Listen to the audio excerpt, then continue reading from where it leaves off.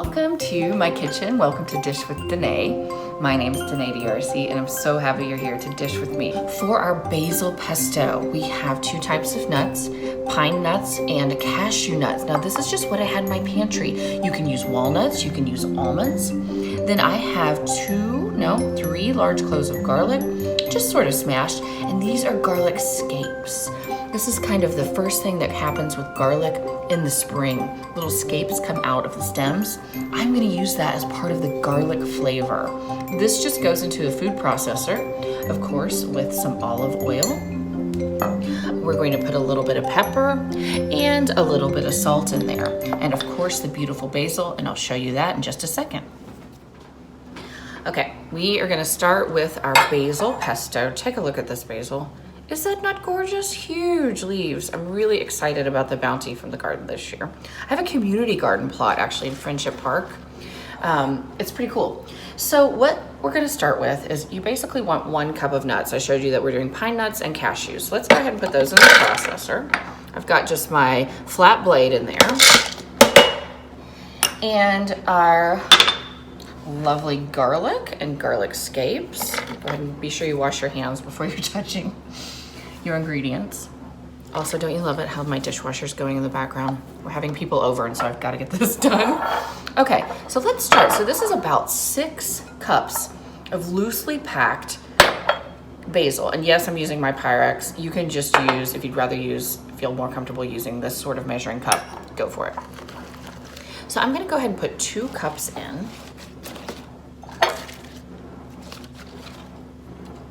And I have about 3/4 cup of olive oil ready to go.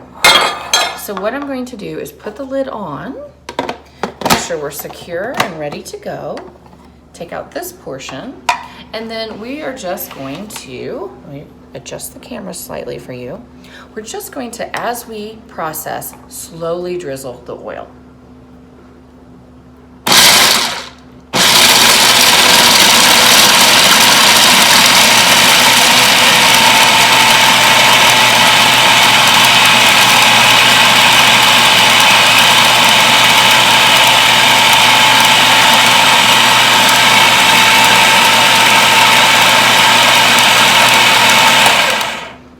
Looking good. It's not quite ready. You need it much smoother and much more, I would say, not as dense as this is, but I want to start putting more of my basil in.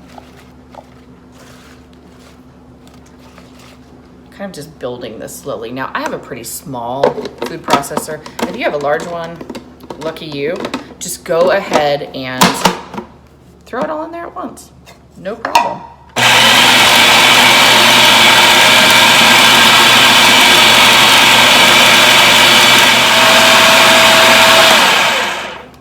Basil. And then here in a minute, we're gonna go ahead and taste it because that's so important. Let's also put in a nice sprinkling of salt, a little bit of black pepper. You don't have to add the black pepper. If you'd rather have white pepper, that's fine. And continue on. And I even think, so I have a 1/4 cup left of oil. I think I might add some olive oil because it looks like we could use a little bit more smoothness in here. So I'm gonna go ahead and put in another 1/4 cup of oil. We'll take it up to about 1/3 cup. So you can always add more oil, no problem.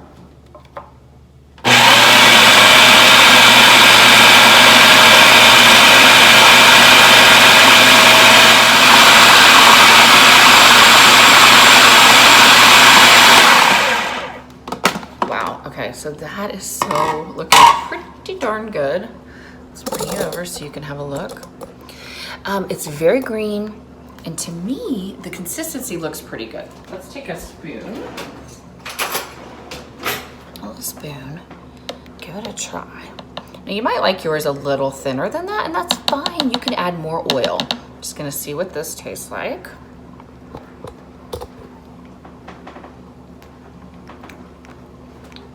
Oh my gosh, it has such a kick with the garlic. And I really like the nuttiness from the cashews. I would not add anything to that. Maybe a touch of lemon juice. Should we do that? So I have 1 lemon. You know, to get your lemon ready, you can always just roll it on the counter, and that kind of breaks up those juices. It makes it feel all warm inside. With lemon, I just mean a tiny bit, just to give it a little bit of acidity.